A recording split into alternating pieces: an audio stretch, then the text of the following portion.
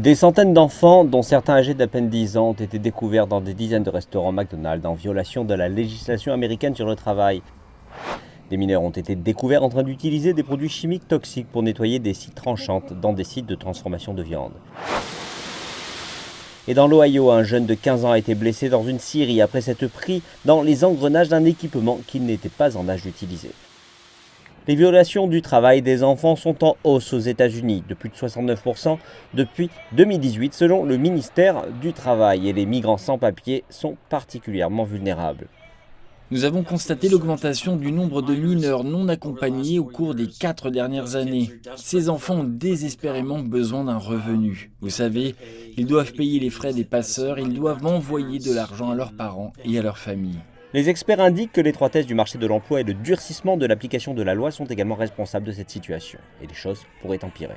Leur idée est que les enfants accompliront des choses sûres dans les zones de construction, mais notre argument est qu'il n'y a rien qui puisse être fait en toute sécurité dans une zone de construction.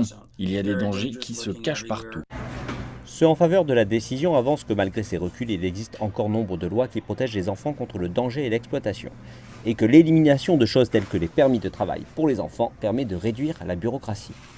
Nous parlons de jeunes de 14 et 15 ans et nous parlons de donner aux parents le pouvoir de prendre des décisions et de ne pas obtenir la permission du gouvernement pour que cette personne travaille.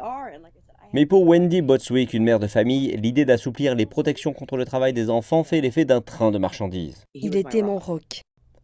Son fils Cole avait à peine 18 ans quand il a été tué dans un accident forestier il y a 9 ans. Elle et son époux ont lutté contre un projet de législation fédérale qui autoriserait les jeunes de 16 et 17 ans d'opérer des équipements forestiers sous contrôle parental. Nous sommes supposés protéger nos enfants. Et tout cela est en train d'être jeté sous le bus au nom de tout puissant dollar et ça me rend malade.